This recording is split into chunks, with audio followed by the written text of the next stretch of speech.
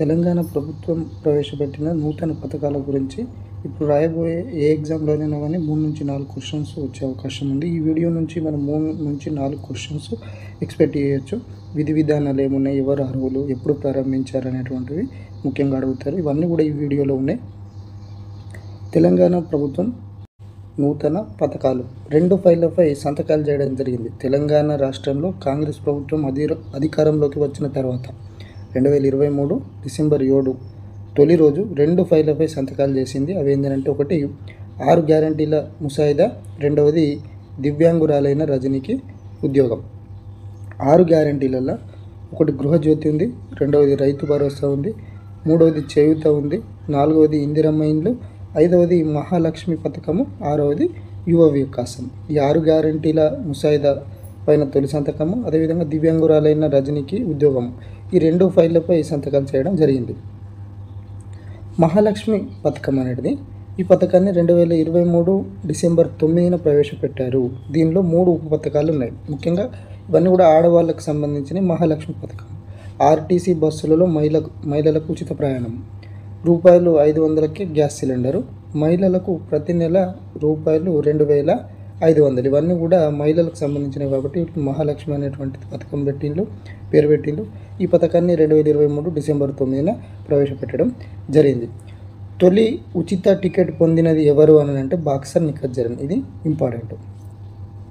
Next, విధి విధానాలు ఏమున్నాయంటే, ఈ పథకాలకు తెలంగాణ రాష్ట్రంలో ఉంటున్న అన్ని వయసుల బాలికలు, మహిళలు, లింగ మార్పిడి వ్యక్తులు దీనికి అర్హులు.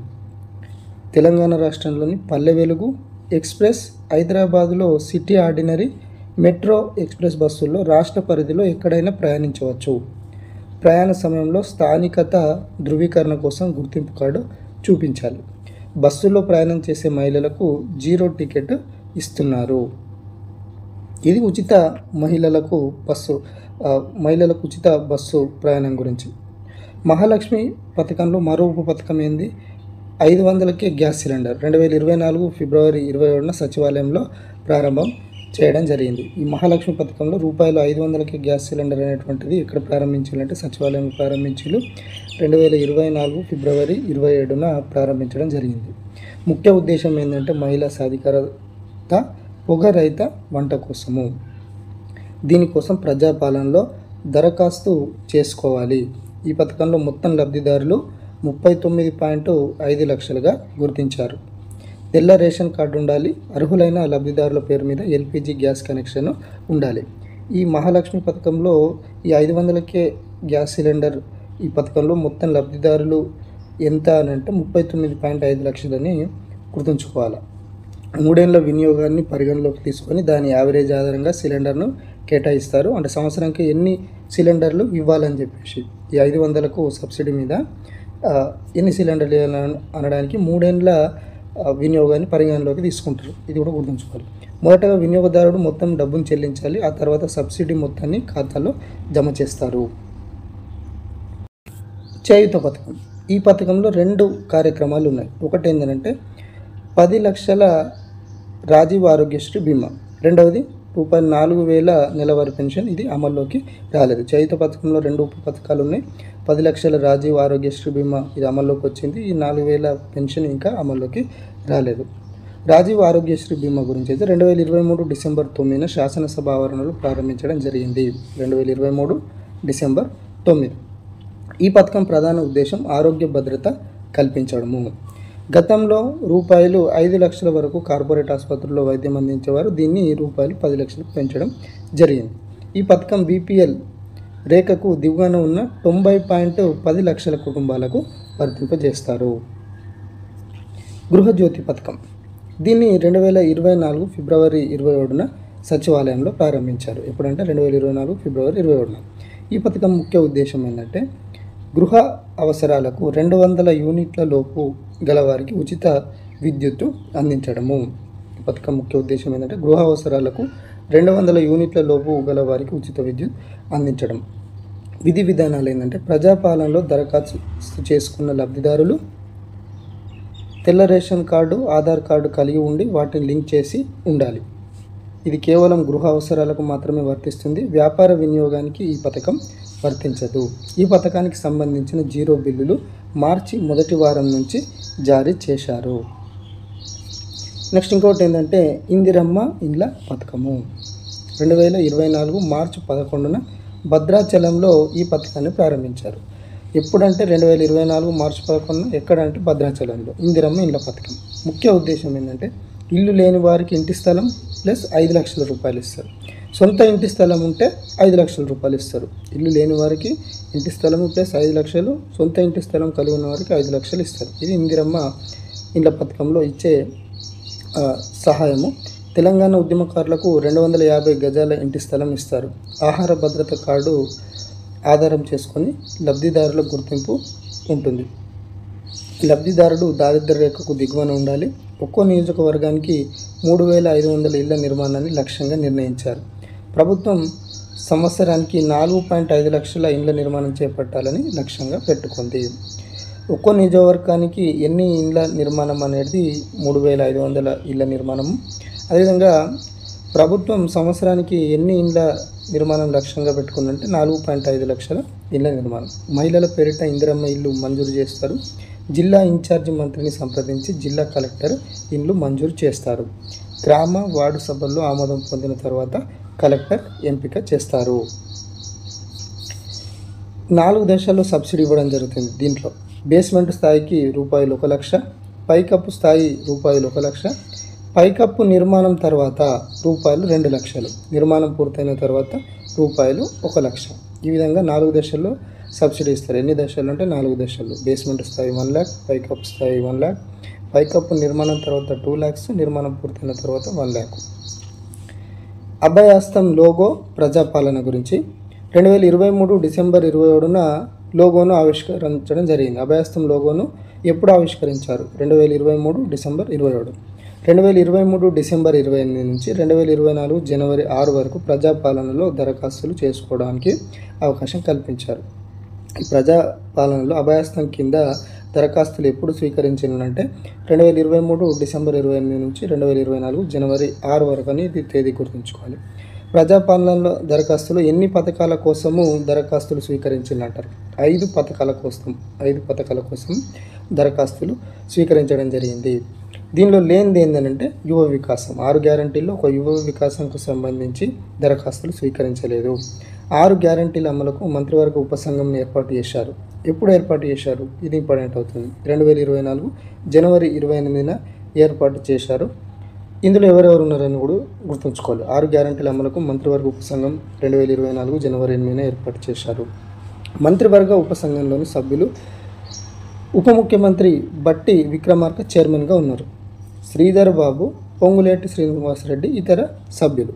మంత్రివర్గ ఉపసంఘంలోని సభ్యులు బట్టి విక్రమార్క చైర్మన్, ఉప ముఖ్యమంత్రి శ్రీధర్ బాబు, పొంగులేటి శ్రీనివాసరెడ్డి ఇతర సభ్యులు. వీళ్ళు ప్రజాపాలన దరఖాస్తుల సంఖ్య 1.05 కోట్లు.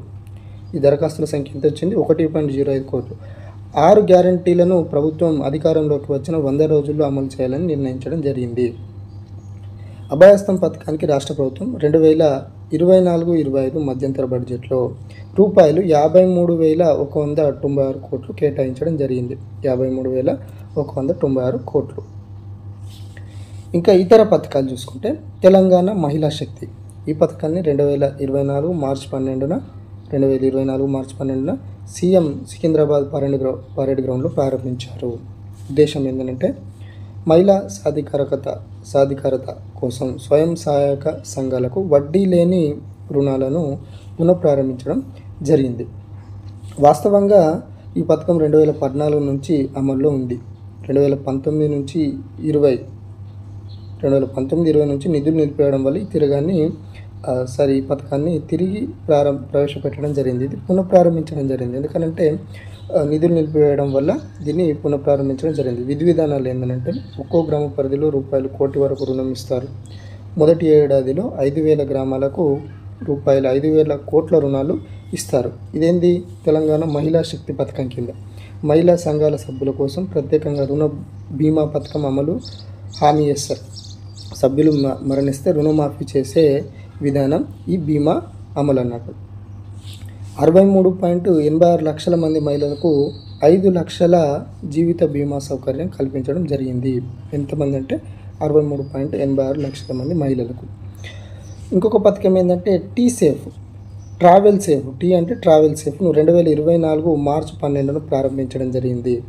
ఇవి ఇతర పథకాలు 6 గ్యారంటీల్లో ఉన్న అభయస్థం ఉన్న పథకాలు కాకుండా ఇవి మిగతా పథకాలు. తెలంగాణ మహిళా శక్తి టీ సేఫ్ ఎప్పుడు ప్రారంభించారు? 2024 మార్చి 12. ఉద్దేశం ఏంటి? మహిళలు, చిన్నారుల కోసం భారతదేశంలో మొట్టమొదటి రైడ్ మానిటరింగ్ సర్వీసెస్. అంటే వాళ్ళు ప్రయాణిస్తే వాళ్ళ మీద మానిటరింగ్ ఉంటుంది అన్నట్టు. ఇది టీ సేఫ్. టీ సేఫ్ను పోలీస్ శాఖ నిర్వహిస్తుంది. ఒంటరిగా ప్రయాణించే మహిళలకు ప్రత్యేక ప్రాధాన్యం ఇచ్చి ఆపద సమయంలో రక్షించడం కోసం దీన్ని ప్రవేశపెట్టడం జరిగింది. ఈ సేవలు స్మార్ట్ ఫోన్, ప్రాథమిక ఫోన్లలో లభ్యమవుతుంది.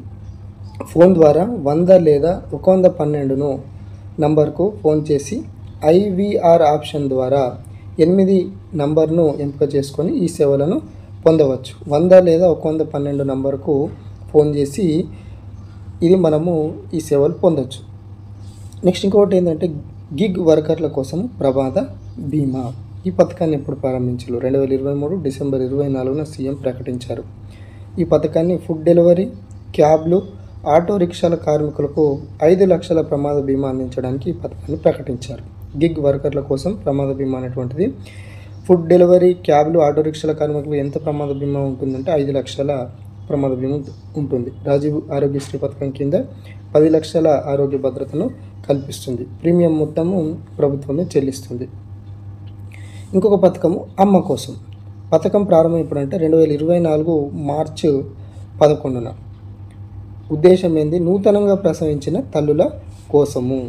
బిడ్డ ప్రసవించిన సంవత్సరం పాటు స్త్రీల మానసిక ఆరోగ్యం, ఇన్ఫెక్షన్లు, ఇతర సమస్యలను పరిష్కరించడానికి ఈ పథకాన్ని ప్రవేశపెట్టారు. బిడ్డ ప్రసవించిన సంవత్సరం పాటు ప్రాథమిక ఆరోగ్య కేంద్రంలో వారంలో 1 రోజును ప్రత్యేకంగా తల్లులకు కేటాయిస్తారు. ఇది అమ్మ కోసం పథకం 2024 మార్చి 11న ప్రారంభించింది.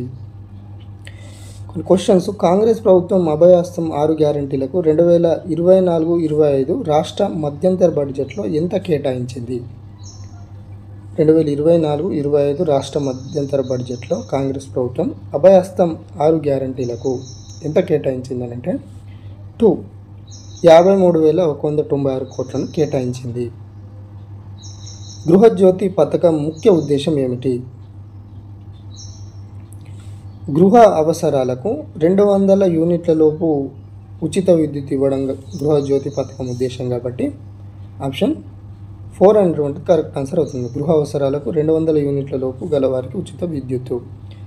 Third question. ప్రజాపాలన దరఖాస్తులను తెలంగాణ రాష్ట్ర ప్రభుత్వం ఏ తేదీల మధ్య స్వీకరించింది?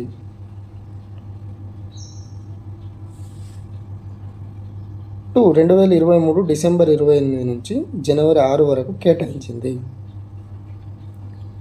తెలంగాణ ప్రభుత్వం ప్రజాపాలన దరఖాస్తు ద్వారా కింది ఏ పథకానికి సంబంధించిన వివరాలను ఇవ్వలేదు? 3 యువ వికాసం పథకంకు వివరాలను ఇవ్వలేదు. మిగతా 5 పథకాలకు వివరాలను ఇచ్చింది, దరఖాస్తులను స్వీకరించింది. టోటల్గా 1.05 crores అప్లికేషన్స్ రావడం జరిగింది. ఈ యువ వికాసంకి ఇవ్వలేదు.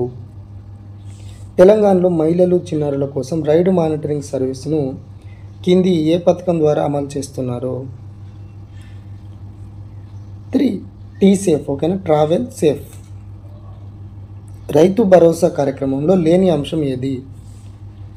రైతు భరోసా కార్యక్రమంలో లేని అంశం ఏది? 3 అన్ని పంటలకు ₹500 బోనస్ అనేటువంటిది లేదు. వ్యవసాయ కూలీలకు రైతు భరోసా కింద 12,000 ఇవ్వాలని నిర్ణయించారు. కౌలు రైతులకు ఏటా ₹15,000 ఇవ్వాలని నిర్ణయించారు. వ్యవసాయ కూలీలకు అయితే ₹12,000, 12,000. కౌలు రైతులకు 15,000. అన్ని పంటలకు ₹500 బోనస్ అనేటువంటిది లేని అంశము.